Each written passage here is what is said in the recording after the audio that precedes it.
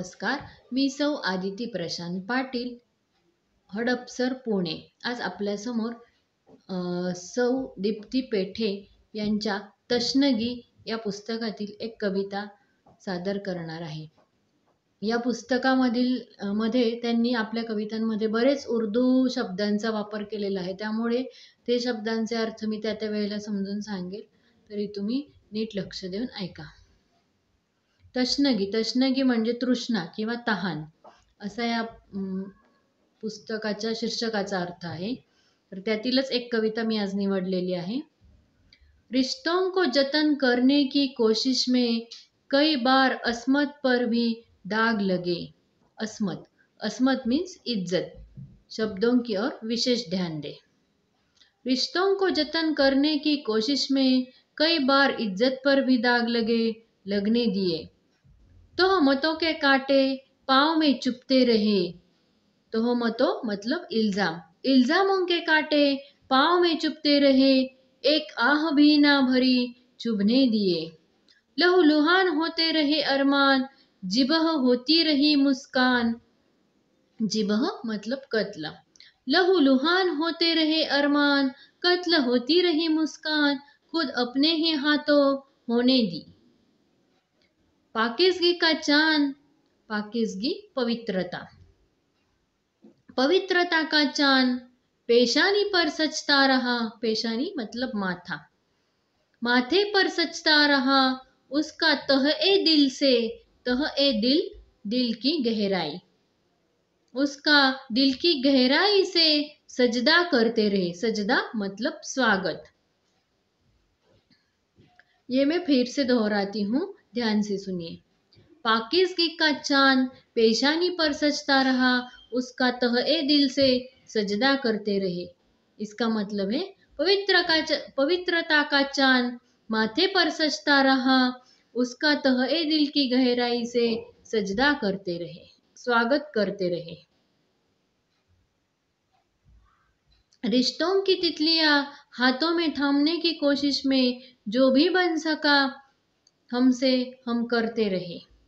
जाने क्यों फिर भी लोग जानकर हमें अनदेखा करते रहे, करने दिए. किसी के हिस्से का सावन तो दूर, खुद मेरे हिस्से की नमी तक को मुझे छूने ना दिया. किसी के हिस्से का सावन तो दूर, खुद मेरे हिस्से की नमी तक को मुझे छूने ना दिया. आंखों को अश्कों की झड़ी दे दी. अश्को मतलब आंसू. आंखों को आंसुओं की झड़ी दे दी और तोहफा बेरुखी का देकर कह दिया. बेरुखी मतलब रूखापन. और तोहफा रूखेपन का देकर कह दिया कि अब तुम्हें हंसना होगा. शब्दों की ओर विशेष ध्यान दे. यहाँ से इस कविता में थोड़ा सा सकारात्मक बदल है.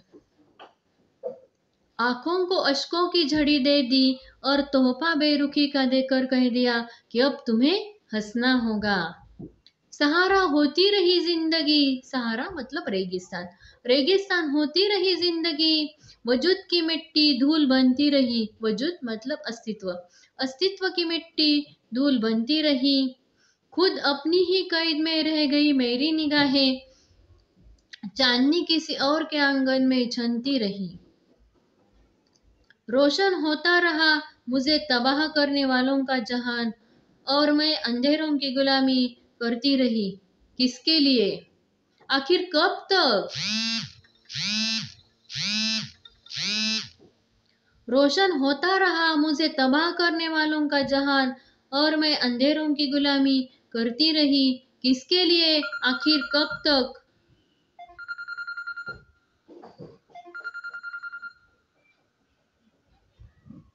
एक दिन पर उभरूंगी मैं इन सब से परे होकर, और खुद ही शफ़ाफ़ हो जाऊंगी अपनी राख छूकर. शफ़ाफ़ मतलब पवित्र, धवल. एक दिन पर उभरूंगी मैं इन सब से परे होकर, और खुद ही पवित्र हो जाऊंगी, और खुद ही धवल हो जाऊंगी अपनी राख छूकर. नए पर लग जाएंगे मुझे जब हौसलों के नई दिशा में चलती रहूंगी मैं, छीनने वालों को भी कुछ न कुछ देकर. नए पर लग जाएंगे मुझे जब हौसलों के नई दिशा में चलती रहूंगी मैं, छीनने वालों को भी कुछ ना कुछ देकर। अंतिम लाइन बहुत ही अच्छी है, छीनने वालों को भी कुछ ना कुछ देकर। धन्यवाद।